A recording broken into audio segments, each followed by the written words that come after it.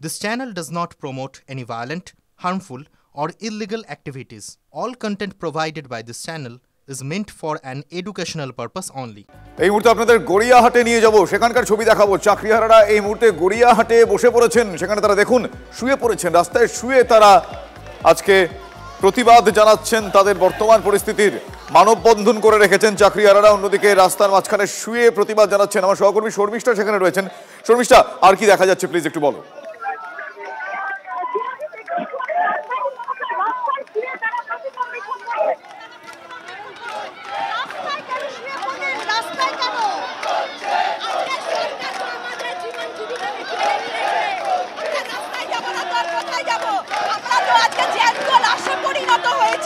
জীবনটাই তো শেষ হয়ে গেছে, রাস্তায় পড়ে গেছি।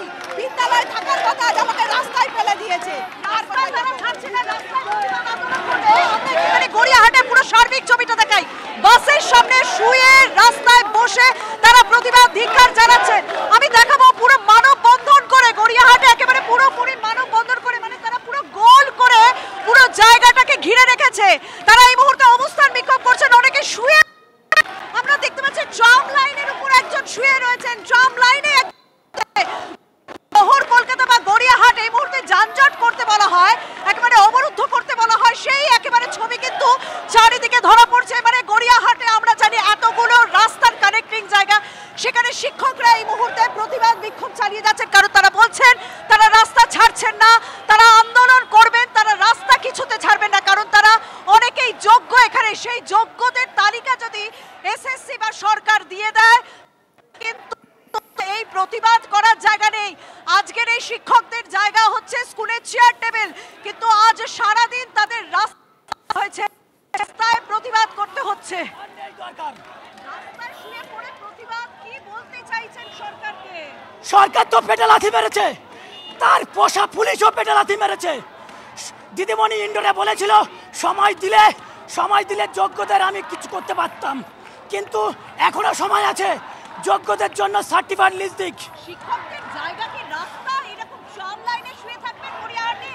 রাস্তায় তো নয়, কিন্তু আমাদের রাস্তায় নামিয়ে দিয়েছে। আজ সমাজ দেখুক যে আমাদের রাস্তায় নামিয়েছে। এইটুকু বলবো আমাদেরকে রাস্তায় নামানো হয়েছে, বাধ্য করেছে আমাদের রাস্তা নামতে। আপনারা আশাবাদী? এই সব এত আন্দোলন করছেন, আপনারা দীর্ঘদিন আন্দোলন করেছেন, আজকে আন্দোলন করেছেন, পুলিশ আজকে আপনাদের লাঠিচার্জ করেছে, তারপর আপনারা রাস্তায় শুয়ে পড়েছেন। আমরা এখনো আশাবাদী যদি উনি মিরর ইমেজটা প্রকাশ করেন। সিবিআই তদন্তের যে মিরর ইমেজ ধরা পড়েছে, সেই মিরর ইমেজ প্রকাশ করতে হবে। সেই সঙ্গে যোগ্য অযোগ্যদের লিস্ট আলাদাভাবে সার্টিফাইড করে জমা দিতে হবে। রিভিউ পিটিশন এফেক্টেড পাবো আমরা তখন। একদম, তুমি দাবিটা পরিষ্কার, আমি দর্শকদের কাছে দাবিটা অন্তত পরিষ্কার করে দিতে পারলাম, কিন্তু এই মুহূর্তে যদি গড়িয়াহাটের ছবিটা দেখি, এক কথায় গড়িয়াহাট মোড় একেবারে থমকে গিয়েছে। শিক্ষকদের এই আন্দোলনে যোগ্য বলে যারা আজকে সকাল থেকে কসবা ডিআই অফিসে গিয়েছিলেন, সেখানে তাদের লাঠি মারা হয়, তাদের সহকর্মীদেরকে গ্রেপ্তার করা হয়, সেই সহকর্মীদেরকে উদ্ধারের পর যখন তাদেরকে ছেড়ে দেওয়া হয়, তারা মিছিল করে সোজা কসবা থেকে মিছিল করে তারা গড়িয়াহাট মোড়ে পৌঁছে যায়। গড়িয়াহাট মোড় এই মুহূর্তে অবরুদ্ধ করে দিয়েছেন তারা। গোটা গড়িয়াহাট মোড়ে একেবারে মানববন্ধনের মতো তারা বসে পড়েছেন। পুরো একেবারে সমস্ত রাস্তার মোড় একেবারে বন্ধ হয়ে রয়েছে। রাস্তায় শুয়ে, বাসের সামনে শুয়ে প্রতিবাদ হচ্ছে। শুভজিৎ, একেবারে সেই ছবি আমরা দেখছি।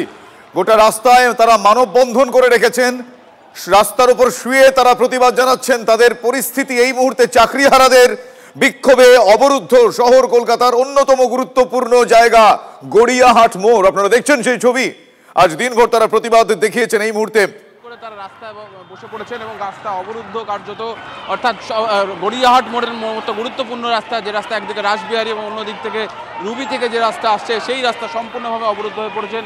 এবং সেখানেই দেখা যাচ্ছে যে বাসের সামনে বাস আটকে তারা এখানে রাস্তায় শুয়ে পড়েছেন এবং সেখানে যে বিক্ষোভ কর্মসূচি তাদের চলছে, রাস্তায় শুয়ে পড়েছেন। ফলে তাদের প্রত্যেকেরই কিন্তু দাবি, তাদের যে চাকরি, ন্যায্য চাকরি, সেই চাকরি তাদেরকে ফিরিয়ে দিতে হবে।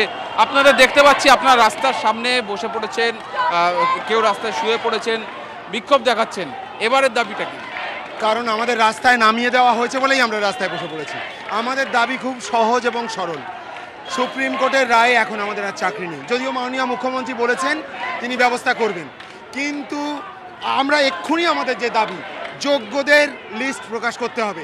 এখনো পর্যন্ত যদিও সিবিআই লিস্ট দিয়েছে, কিন্তু এসএসসি কোনো যোগ্যদের লিস্ট প্রকাশ করেনি।